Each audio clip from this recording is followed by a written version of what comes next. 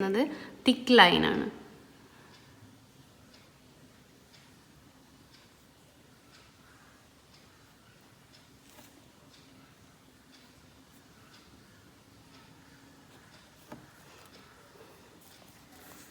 തിക്ക് line വരയ്ക്കുമ്പോൾ നമ്മൾ തിക്കാക്കി കൊടുക്കാൻ വേണ്ടി ഇങ്ങനെ പ്രഷർ ചെയ്തിട്ട് ഇങ്ങനെ കൊടുക്കും അല്ലേ?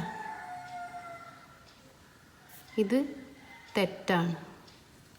ഇത് കണ്ടില്ല, അവിടെ ഇവിടെയും പല സൈസായിട്ടാണ്. ഇവിടെ കുറച്ച് ബൾജായി നിൽക്കുന്നുണ്ട്, പിന്നെ കുറഞ്ഞ്, അങ്ങനെയാണ് നമുക്ക് കിട്ടുക. അപ്പോൾ നമ്മൾ എന്ത് ചെയ്യുക, ആദ്യം നമ്മൾ തിൻ ലൈന് വരയ്ക്കാം. തിൻ ലൈന് വരയ്ക്കുന്ന മെത്തേഡ് നമ്മൾ ആദ്യം പഠിച്ചു. ആ ഒരു മെത്തേഡ് തന്നെ നമ്മൾ തിൻ ലൈന് വരയ്ക്കുക. എന്നിട്ട് ഒരെണ്ണം കൂടെ അതിൻ്റെ തൊട്ടടുത്തായിട്ട് വരച്ചു കൊടുക്കുക. കണ്ടോ? ഇനി നമ്മൾ എന്ത് ചെയ്യുക, ഇതൊന്ന് ഫില്ല് ചെയ്ത് കൊടുക്കുക. നന്നായിട്ട് പ്രഷർ ചെയ്തിട്ട് സാവധാനം കൊണ്ടുപോയാൽ മതി. പ്രഷറിങ് ഒരേപോലെ കൊടുത്തിട്ട് ഇങ്ങനെ കൊണ്ടുപോകാം. അപ്പോൾ അത് ഫില്ലായിക്കോളും. കണ്ടോ? ഇതാണ് തിക്ക് ലൈൻ ചെയ്യുന്ന കറക്റ്റ് മെത്തേഡ്. ഒന്നുകൂടെ കാണിക്കാം.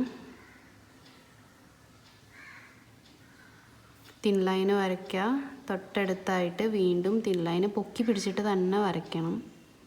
കണ്ടോ? ഇനി നമ്മൾ എന്ത് ചെയ്യുക, ഇതിനെ ഇങ്ങനെ പ്രഷർ ചെയ്തിട്ട് കൊണ്ടുപോവാം.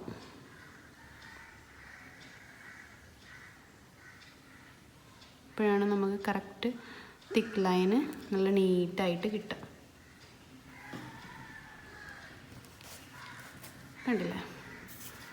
അപ്പോൾ ഇതാണ് ശരിയായിട്ടുള്ള രീതി.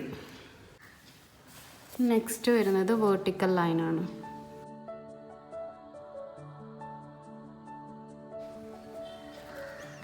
വേർട്ടിക്കൽ ലൈൻ എന്ന് പറഞ്ഞു കഴിഞ്ഞാൽ നമ്മൾ തിൻ ലൈൻ ചെയ്യുന്നത് തന്നെ കണ്ടോ, പൊക്കി പിടിച്ചിട്ടായിരിക്കണം ചെയ്യുന്നത്.